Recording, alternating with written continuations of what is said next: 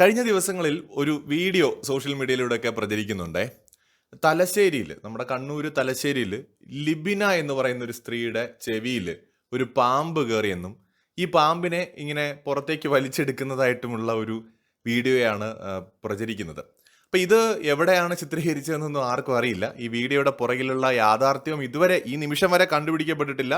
കുറെ കഴിയുമ്പോൾ ചിലപ്പോൾ പുറത്ത് വരുമായിരിക്കും ആരാണ് ആ സ്ത്രീ എന്നൊക്കെ ഉള്ളത്.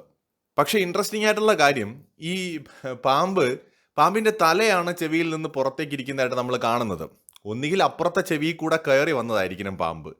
ഇല്ല എന്നുണ്ടെങ്കിൽ പാമ്പ് അതിനകത്ത് കയറിയിട്ട് ഇവരുടെ തലയ്ക്കുള്ളിൽ ഒരുപാട് വേക്കൻറ്റ് സ്പേസ് കാണും, അതിനകത്ത് ഒരു റൗണ്ട് അടിച്ച് കറങ്ങി വെളിയിലോട്ട് ഇറങ്ങി വന്നതായിരിക്കും. അതല്ലെങ്കിൽ പാമ്പിന് റിവേഴ്സ് ഗിയർ കാണും.